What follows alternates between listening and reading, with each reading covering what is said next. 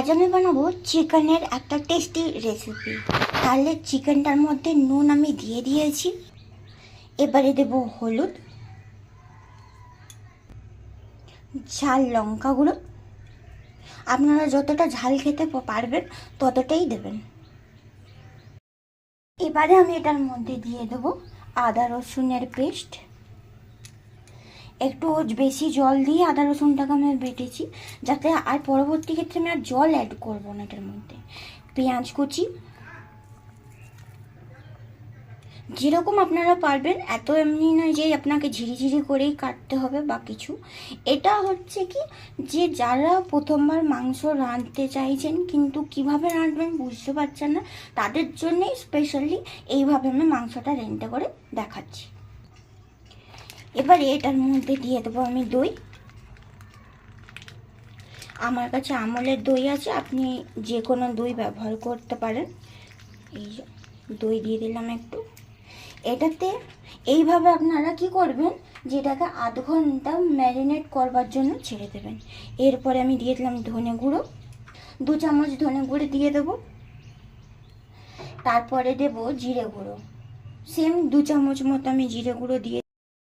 আধ ঘন্টা ম্যারিনেট করা হয়ে গেছে। এবার আমি কড়াইতে তেল দিয়ে দিলাম।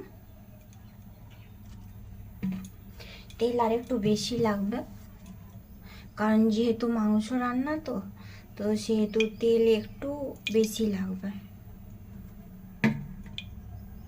তেল দিলাম। এবার ফোড়নেতে আমি দিচ্ছি গোটা গরম মশলা প্লাস জিরে, গোটা জিরে আর তেজপাতা।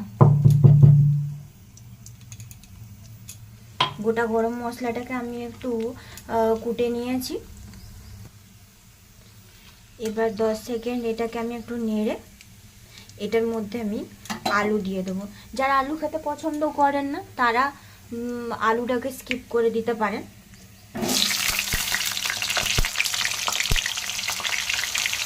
একটু সাবধানে করবেন, তেল ছিটকাচ্ছে।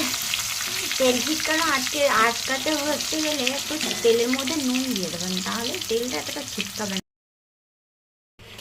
এই দেখুন আমার চিকেন রেডি হয়ে গেছে, একদম তেল ছেড়ে দিয়েছে। Chicken ready. এর উপর আপনারা ধনেপাতা ছড়িয়ে পরিবেশন করতে পারেন।